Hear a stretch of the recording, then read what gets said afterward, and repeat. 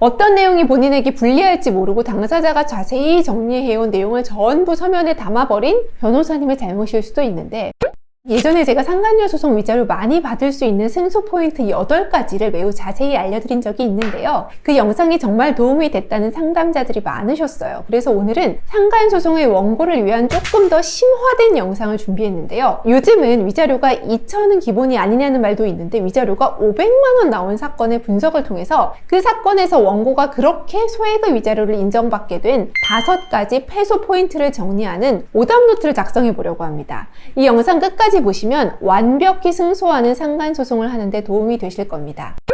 첫 번째 패소 포인트는 성의 없는 증거 제출입니다. 우리가 상간녀, 상간남의 부정행위 사실을 입증하기 위해서 둘의 불륜 사실을 촬영한 영상이나 애정행각을 하는 녹음이 있어서 법원에 그 증거를 내잖아요. 그때 원본 파일 자체를 내는 것만으로는 부족합니다. 왜냐면요, 판사님들이 그 길고 긴 잡음 가득한 음성 파일을 일일이 열어보고 듣는 것은 쉬운 일이 아니거든요. 그래서 주요 녹음 증거들은 반드시 속기사를 통한 녹취록을 작성해야 합니다. 그런데 해당 사건에서는 원고 측이 불륜 증거를 음성 파일 등으로 제출을 했을 뿐 녹취록을 제출하지 않았습니다. 이처럼 증거를 내긴 했지만 더 성의 있게 제출하지 않은 것이 소액의 위자료만 인정된 패소 포인트라고 생각됩니다. 증거는 최대한 판사님 보기 좋게 제출해야 하는 거 잊지 마세요.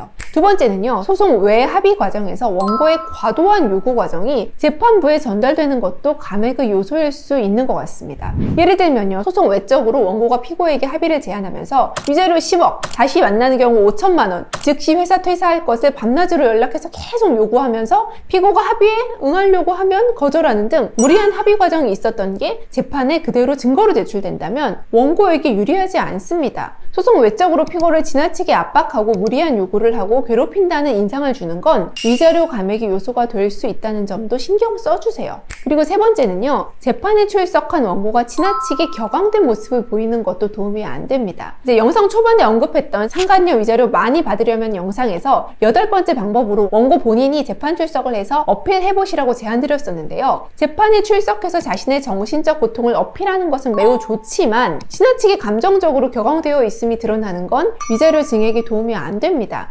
재판 출석하는 원고들은 진술할 때 조금 더 주의하셔야겠습니다. 네 번째는요, 통신 내역 조회가 이루어지지 않았던 점도 좀 아쉬운 포인트입니다. 이 통신 내역 조회, 통화 내역 조회는요, 대부분 재판부가 쉽게 채택하는 원고의 입증 방법이고, 통신 내역 조회를 하면 최소한 원고 배우자랑 피고가 연락하고 지낸 기간 정도는 특정이 가능하잖아요. 근데 그 사건은 그러한 통신 내역 조회조차 안 했던 것도 하나의 패소 포인트인 것 같습니다. 다섯 번째, 마지막으로요, 원고 본인에게 불리한 내용이 서면에 많이 적힌 것도 패소 포인트의 하나라고 생각이 되는데요. 어떤 내용이 본인에게 불리할지 모르고 당사자가 자세히 정리해온 내용을 전부 서면에 담아버린 변호사님의 잘못일 수도 있는데, 여하튼 원고 본인에게 불리한 주장을 걸러내지 못한 것도 소액의 위자료 인정에 영향을 미쳤던 것 같습니다.